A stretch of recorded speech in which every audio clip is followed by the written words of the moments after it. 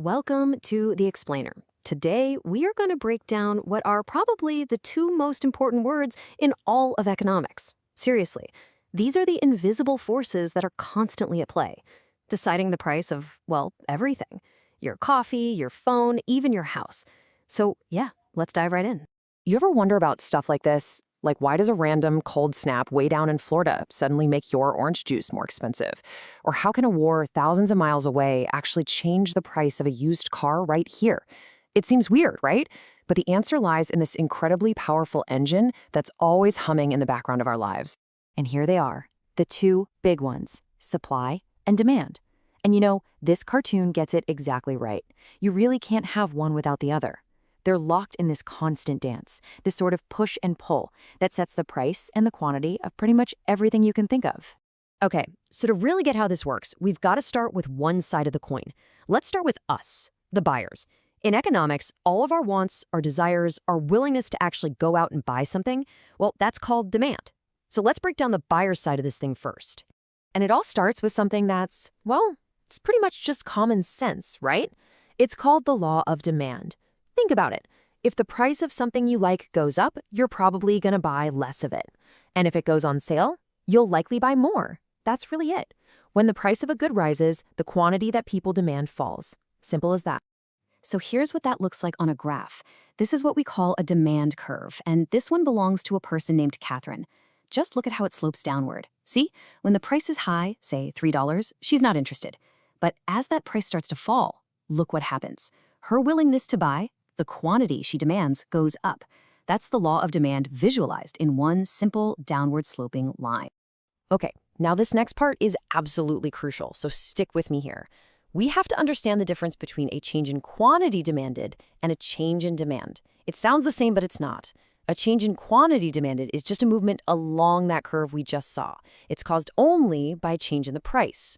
But a change in demand, that's when the entire curve shifts. The whole line moves to the left or the right. And that's caused by something else, some outside factor. So what are these outside factors that can shift the whole curve? Well, there are a bunch. Your income, for one.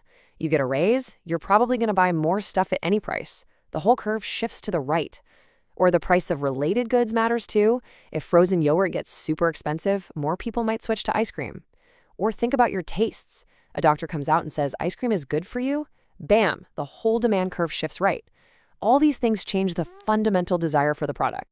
All right, so that's the buyer's side of the story. Now let's flip it around. Let's get into the mindset of the sellers, the people actually making and selling the stuff. This is the other half of the equation, supply. And just like with demand, the basic idea here is pretty intuitive. It's called the law of supply. And it basically says that all other things being equal, when the price of a good rises, the quantity that sellers are willing to supply also rises. I mean, it makes sense, right? If you could sell something for more money, you'd be way more motivated to make and sell more of it. And of course, we can put this on a graph too. This is Ben's supply curve for ice cream. And notice this time the curve slopes upward. It's the opposite of the demand curve. At a really low price, it's just not worth his while to make very much. But as the price goes up, his potential for profit goes up, and so does his willingness to supply more ice cream. Higher price, higher quantity supply. And yep, you guessed it, the same distinction we made for demand applies here for supply. A change in quantity supplied is just a movement up or down along this curve, caused only by a price change. But a change in supply itself? That's when something changes the seller's underlying costs or technology, and the entire curve shifts to the left or the right. So what kind of things would shift the whole supply curve? Well, a big one is input prices. Think about things like sugar or cream for our ice cream example. If the price of sugar suddenly drops, it's now cheaper to make ice cream, so sellers are willing to supply more at every price. The whole curve shifts to the right. Or what about technology? A new, super-fast ice cream machine would do the same thing. On the flip side, if sugar prices spike, his costs go up, and the whole supply curve shifts to the left. Okay, so we've got the buyers who want low prices, and we've got the sellers who want high prices. We've got this downward sloping demand curve and this upward sloping supply curve. So, what happens when we put them together? What happens when these two forces finally meet in the market? And here it is, This is the big moment. That spot right in the middle, where the two curves cross, is called the equilibrium. Think of it like the market's sweet spot. This one single point tells us exactly what the price will be and exactly how much will be bought and sold. It's the point where the quantity that buyers want to buy is exactly equal to the quantity that sellers want to sell. A perfect balance. But what happens if the price isn't at that sweet spot? Well, let's say the price is set too high. Sellers will be eager to supply a lot, but buyers won't want much. You get a surplus, all this extra stuff sitting on shelves. What do sellers do? They cut prices.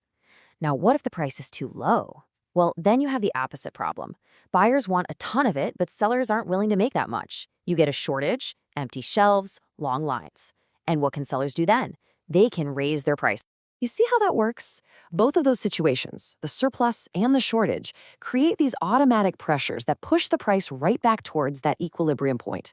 This natural adjustment is so powerful, it has its own name, the law of supply and demand.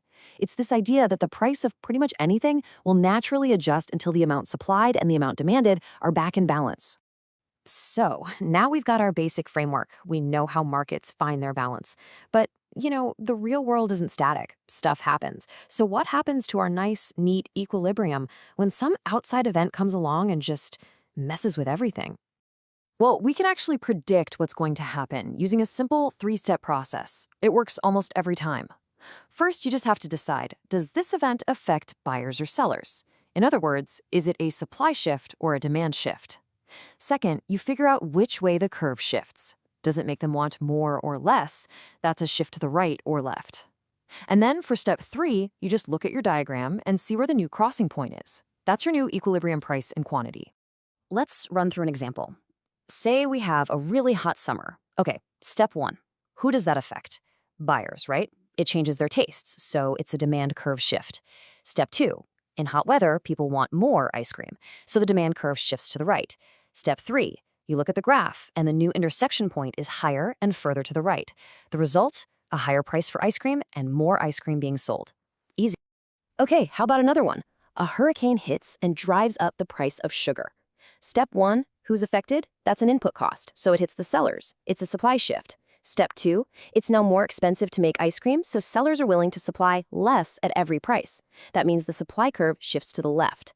And step 3, the new intersection point is higher, but further to the left. Our prediction? The price of ice cream is going to go up, but the total amount sold is going to go down. So, you can see how this three-step analysis is a really powerful tool for predicting how all sorts of events will affect the prices of things we buy every day. But let's zoom out. Why is this so important? What's the big picture here? What is the ultimate purpose of all these prices going up and down all the time? Well, here's the really profound idea behind all of this. In a market economy, prices aren't just numbers, they're signals. You could even think of them as the nervous system of the whole economy. They are what we use to ration out scarce resources. Prices are what guide millions of individual choices, allocating everything from who gets to live on beachfront property to who decides to become a farmer, all without some central planner telling everyone what to do. And this is where the theory smashes right into the real world. Think about the aftermath of a big storm. Suddenly, the demand for things like bottled water, batteries, and generators goes through the roof. At the same time, the supply chains that deliver those things are all messed up. So what happens? Well, our model predicts it perfectly. The prices for these basic necessities can spike, sometimes dramatically. And that leads us to a really tough and honestly a very heated debate. Is this price gouging? Is it someone taking advantage of a tragedy? Or is the market just working the way it's supposed to? Is that high price actually a useful signal that prevents hoarding and helps make sure that the really limited supply gets to the people who need it the most? Now, understanding supply and demand doesn't tell you what's right or wrong, but what it does do is give you the framework you need to even start having that important conversation.